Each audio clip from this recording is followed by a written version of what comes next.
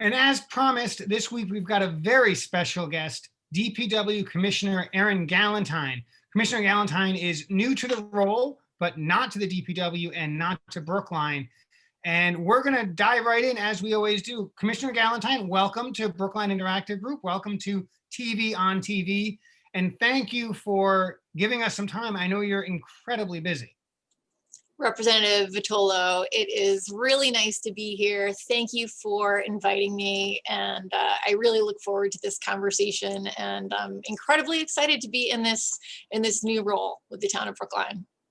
So, we're pretty informal around here. If it's all right, I'm going to refer to you as Erin, and you can call me Tommy, and we've known each other a long time. That's what we've always called each other. There's no reason to stop now. As I mentioned, you've been around Brookline for quite some time, and in the DPW, you didn't just sort of land into the commissioner's role by parachute. Tell us about your career in Brookline. Thank you very much for asking. I have been with the town of Brookline for 22 years, and I started in Brookline as the conservation administrator dealing with land use planning, conservation management. Actually, wrote the first emissions inventory and climate action plan for the community, and then moved into the director of parks and open space, where I have been for 20 years. In that role, I was responsible for design, development, maintenance, and management of over 500 acres of town grounds, school grounds, athletic fields, nature sanctuaries, 2 cemeteries, and all the small green open spaces in our public ways, over 120 properties. And in that role, I've been in the Department of Public Works and worked very collaboratively with the other divisions, the Highway and Sanitation Division, Water and Sewer Division, and Engineering and Transportation, and very familiar with how Public Works has functioned in the past, what the opportunities are for the future. And just as a little bit of additional background, I have my undergraduate from Boston College. I have my master's in environmental engineering from Tufts University. And prior to coming to Brookline, I was in environmental health and safety management, was in consulting. And when I came to Brookline, I was going to round out my resume on the public sector for a little bit, and really found that it was a personal passion of mine. I'm very passionate about public service, and I'm sure you feel the same. Yeah, I don't mind putting in a little bit of time for the general public.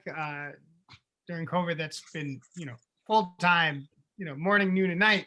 And I want to actually ask you about COVID as it relates to DPW. I think that people have a very particular viewpoint on DPW, right? They see the roads, they see the parks, they see, folks dressed in outdoor wear, keeping things clean and beautiful. But there's certainly more to DPW than that. And even under the best of times, it's got to be remarkably complicated.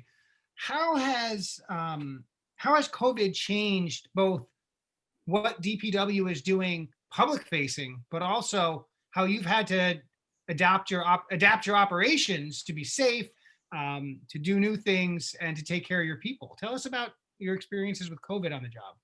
So that is a great question. It's been incredibly complex and changing as we've gone through this pandemic. We have over 170 extraordinary men and women that work for Public Works in 5 different business categories. And Public Works provides essential services to this community. And really, when the pandemic really started to have the numbers rise in Massachusetts, and we were looking at what are we going to do in terms of minimizing exposure and the possibility for sort of contraction of the disease amongst employees and keeping our various functions going, we looked at dividing our teams into different groups so that we could always keep the core functions going for this community. And that means sanitation, that means your refuse collection and making sure that we could provide the service to keep a safe and healthy community. It means our cemetery services and making sure that we could continue to provide those services for the community. Emergency response as it relates to tree management, high wind events, water and sewer, main breaks, et cetera. And so we, to that end, made sure that we split our groups into 2 different groups with competencies in both of those groups so that we would minimize the possibility for exposure. We did some shift adjustments on timing. We changed our protocol in terms of all of that sort of verification with temperature and well-being, but also sterilization of the work environment and vehicles and tools every day. So we have done that. And I'm really proud to say at this point, we have had no employee to employee, COVID spread to date. But COVID overall has really impacted our workforce in terms of people that have had possible exposure outside of work.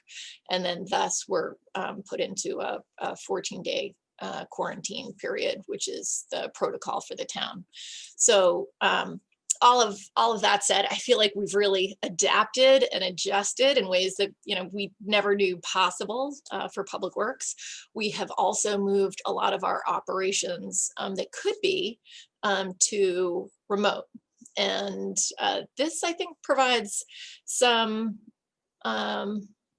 possibilities for us in Public Works going forward. So we were able to shift our engineering staff to 50% in the office, 50% at home on rotating weeks. Everyone is able to work at a fully functional capability from their home environment in terms of access to all of the plans, all of the drawings, contracts. And so we're able to keep our employees safe and also provide a high level of continued service to the community. And there are ways that I think moving forward that COVID will have us able to realize, a digital transformation in how we do work. And I'm hoping that's a positive outcome for us as a department and for the community. And so your staff was able to rake leaves via Zoom and write Microsoft Teams snow removal. No, right? that we can't do. And so there's, we do have our planning and our programmatic staff that can do a lot of that work remotely, but otherwise we are boots on the ground, essential services. We are here every day for the community, and we just had to keep the work going. And, it has been a challenge, and we've modified how we do work. Keeping our employees distant, masked, doing various tasks. We've modified the vehicles, how employees are being transported to each of the sites that they're working at, just so that we can get them out there to rake the leaves, to pick up the trash, and obviously do snow removal and all of that work as well. So we've made adjustments in absolutely everything that we do, and some things we actually had to put off. So we modified our tree planting for the spring because a lot of that requires close contact around sort of the root ball to get those trees in, and so we let those stay in our nursery until the numbers came down a bit, and have modified accordingly. So we've been out there, and we've been out there since the beginning, and you can see I'm in my office. I've been here every day, and but we've made a lot of changes in how we do our work.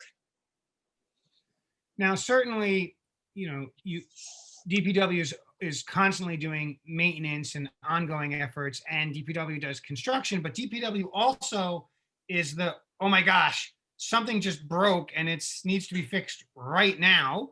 And a recent example of that was the reservoir and Route 9, and there was an awful lot of water. What happened there? What's going on with that?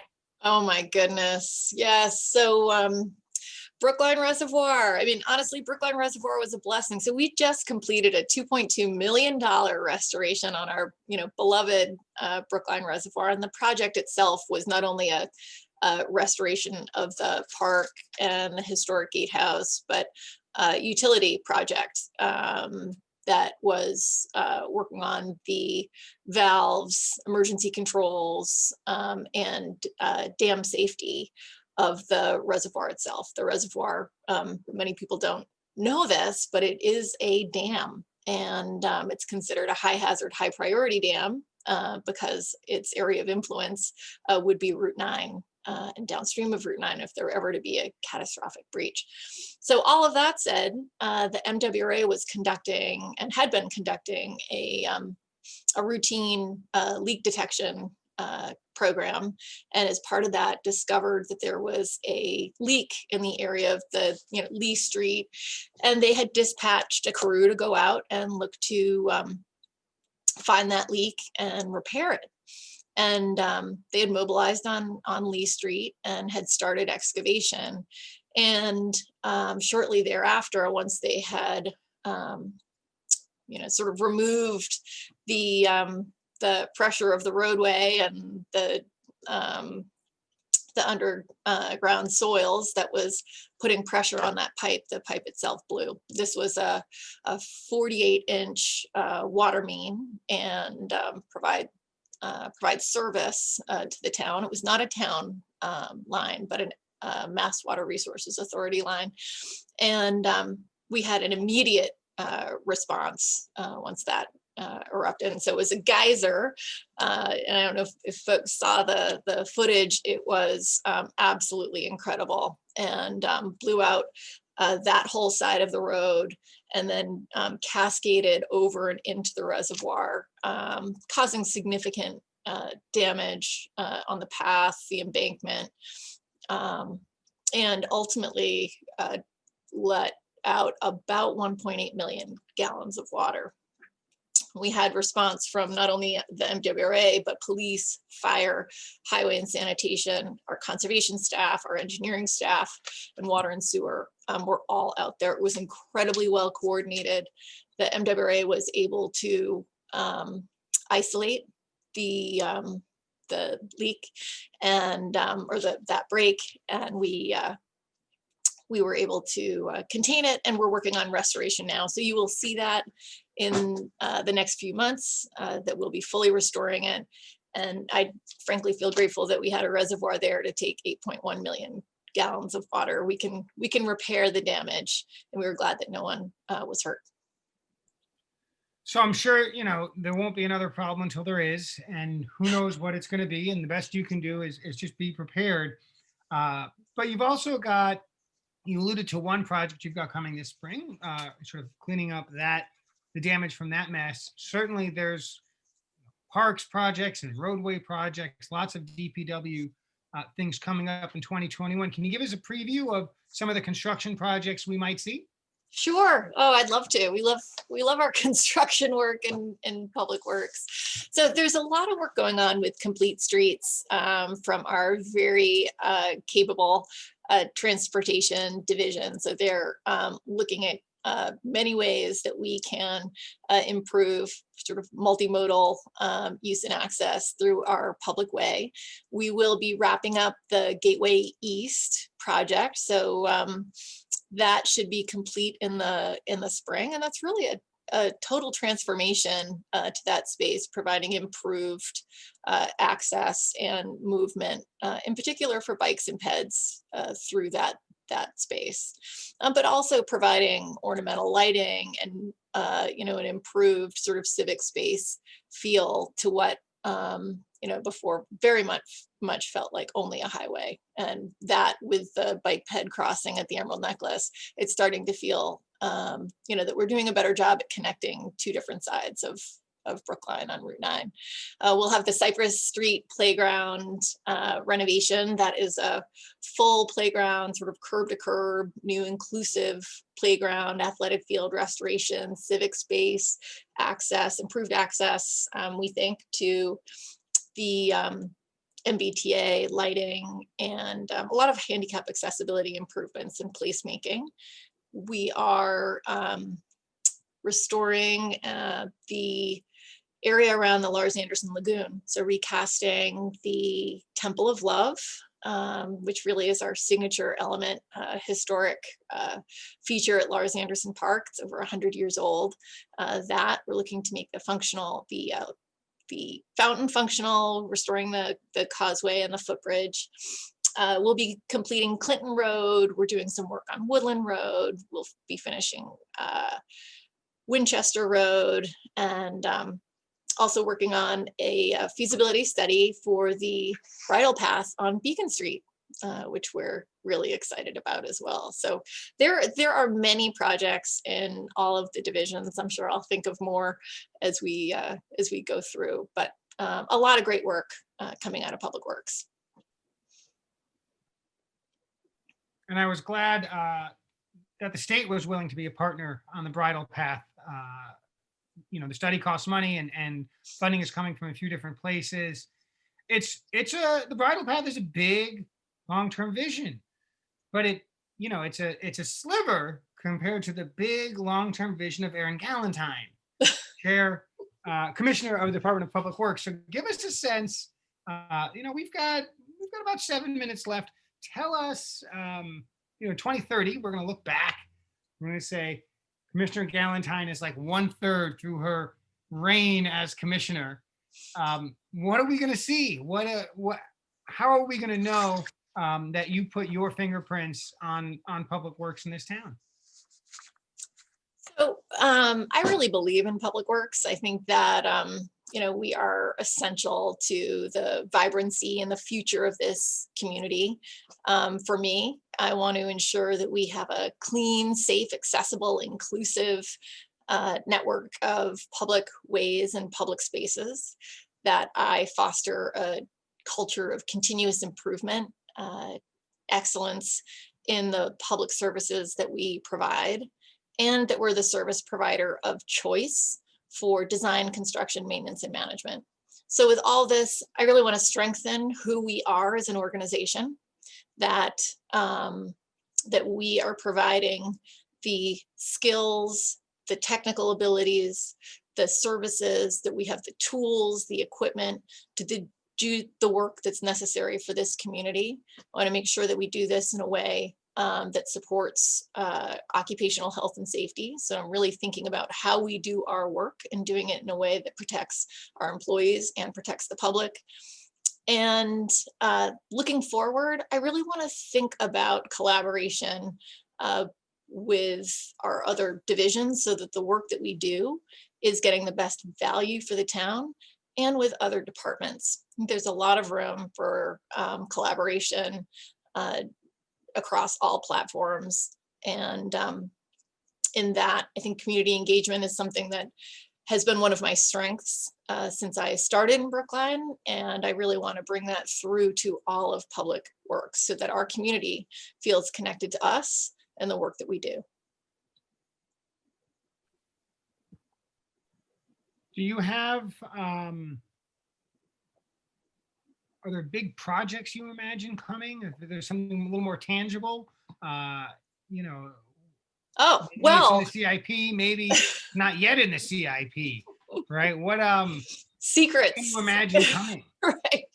So, I mean, there are a couple things. One thing that I want to do that I think we really need is a strategic plan for Public Works, so that we're aligning all of our projects with a vision, with a budget, with the communication with the community, with all of our boards and commissions. So that's something that I'll be working on, plus a bigger picture communication strategy, so that information about Public Works is more readily accessible to the public. I think it's really hard to find the information that you need right now on our website through our multiple divisions. Like, who do I go to get basic answers about the service? So my goal is with both of those is to really provide some clarity, transparency, and vision. In terms of projects, one that's in the works right now that I'm really excited about is a complete street project for the Washington Street corridor.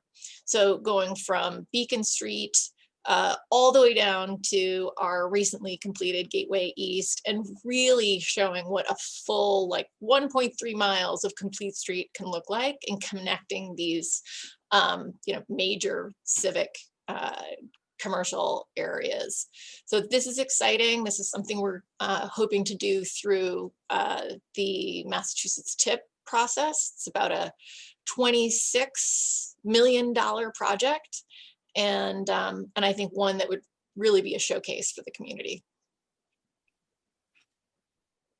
As someone who uses that corridor daily, except on days that I'm home all day because of COVID, yeah, there's tremendous opportunity, right? It's blacktop sidewalks, and for a premier street, that's substandard. And we've gotten some crosswalks recently that we didn't used to have, and those are great, but lighting is sort of haphazard, and certainly the parking and bike lane arrangement may not be where it's going to end up. So I think it's going to be great. No question, there's going to require a lot of community engagement, and folks aren't always going to agree on what they want.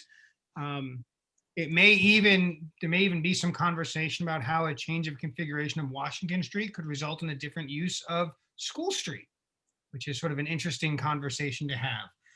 So I look forward to folks weighing in on that. No doubt it will be complicated. You've been in Brookline long enough to have a better sense for the arc than most, myself included. And certainly, I have no doubt 22 years ago, everyone in Brookline really valued their parks, and they still do, right? And so that's sort of been a constant, right? Whereas Complete Streets is one example, I think, where actually, like, we no longer live in Robert Moses's world, right? We have a different vision for roadways. Do you have any other examples of ways in which the town's thinking about what ultimately is public works has evolved over time, and how we're thinking about things differently than maybe we did in the year 2000? I think there are many, actually, but I mean, one other example is on community sustainability, climate change, and environmental responsibility. Everything from the Muddy River Restoration Project, and thinking about how we can adapt to climate change, more frequent and severe storms. So looking at the Muddy River and flood storage capacity, but also looking at all of the projects that we do and how we can better retain stormwater on site to manage those significant wet weather flows. So we're looking at that with every project that we do, including Cypress that I mentioned earlier. So we'll be thinking about climate change with all of our projects. We're doing an urban forest climate resiliency master plan right now, and thinking about how we not only plant street trees to be successful and help mitigate against climate change, but also how we can protect that the urban forest from these climate changes. And then looking at our fleet and our operations, and are there ways that we can be going electric and reducing our dependency on fossil fuels, and where that makes sense. So I think there's a lot of opportunity for us to be a leader in climate change initiatives and environmental responsibility. Well, Commissioner Gallentine, I know you're incredibly busy, and I'm so grateful that you were able to carve out a few minutes for the viewers of TV on TV here on Brookline Interactive Group programming. And so thank you so much for your time and for all of your hard work, both right now and frankly over the past 22 years. And I would go ahead and just put out there for the next 22 years to come, minimum. There's plenty of things left to do, and I know you've got your own list. So Commissioner Gallentine, thank you again for joining us, and I look forward to seeing you out in the field one of these days. Well, thank you, Representative Vitolo. It was really nice to be here with you today, and look forward to all the great work we can do together in the future for Brookline.